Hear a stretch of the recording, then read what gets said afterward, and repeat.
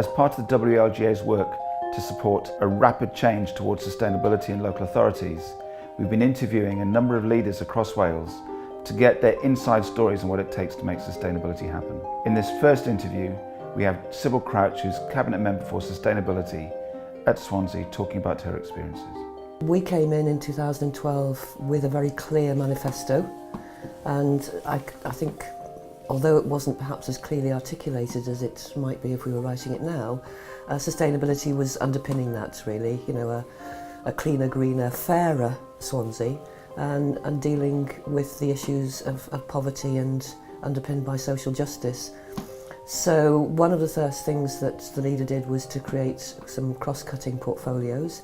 So rather than following the usual service areas, if you like, and the vertical structures, he created portfolios with a cross-cutting theme. So for example, we have a cabinet member for opportunities for children and young people, and my position, my portfolio, which is sustainability. So I think we had a clear sense of leadership and of purpose. So in terms of sustainability, in the context, I say, of some of the challenges that we need to address as a council, you know, to some ears, that was kind of peripheral, you know, as I say, you know, polar bears are dying, you know, the ice caps are melting, what's that got to do with us? When we've got such gaps in health and inequality and so on in our city. So I think the first thing really was about making it real. You know, how is sustainability important to us? Why is it important? You have a great reputation for being somebody who pushes for action.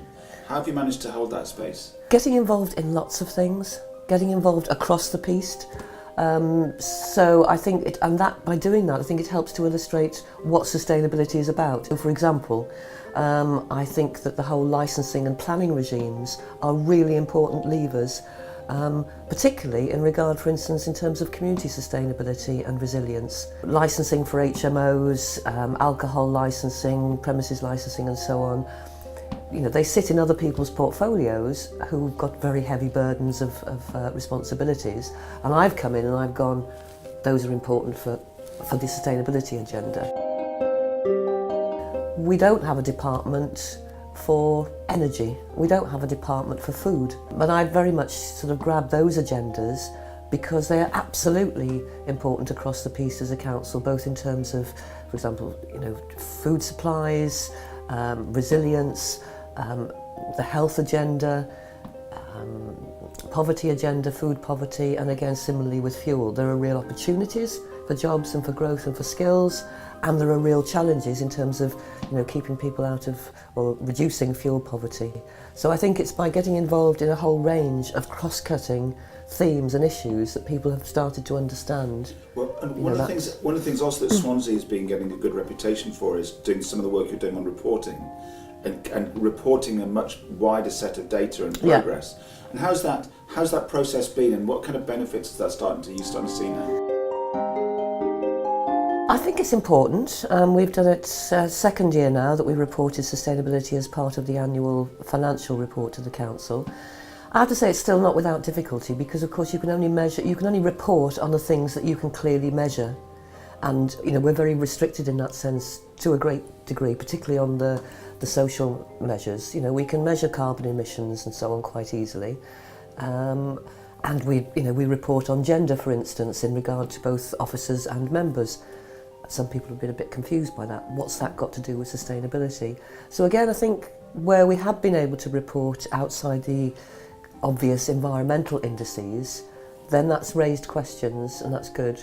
In terms of that sort of building community resilience, what advice might you have for politicians, or for people who are considering coming into politics, or maybe those who've been in for a while, about how do they get into that space of being able to talk confidently and as passionately as you are about this sort of broader topic area around future generations?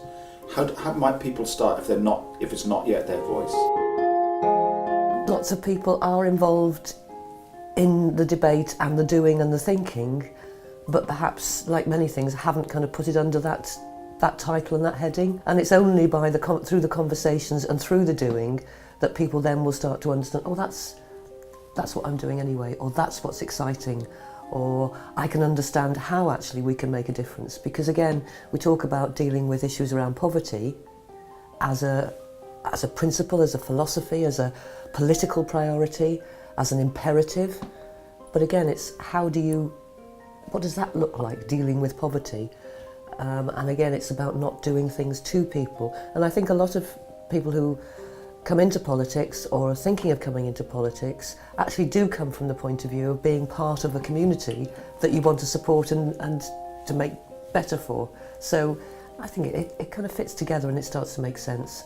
If you could summarise the benefits that looking at things in a different way is starting to bring to Swansea, just in 2 or 3 points, how would you best capture the things that are really showing that this is worthwhile doing? I think it's about a sense of optimism, because we've got some really entrenched issues, as many places, around poverty, around lack of opportunity and of aspiration. And I think that the thinking around sustainable development actually gives a sense of purpose and potential.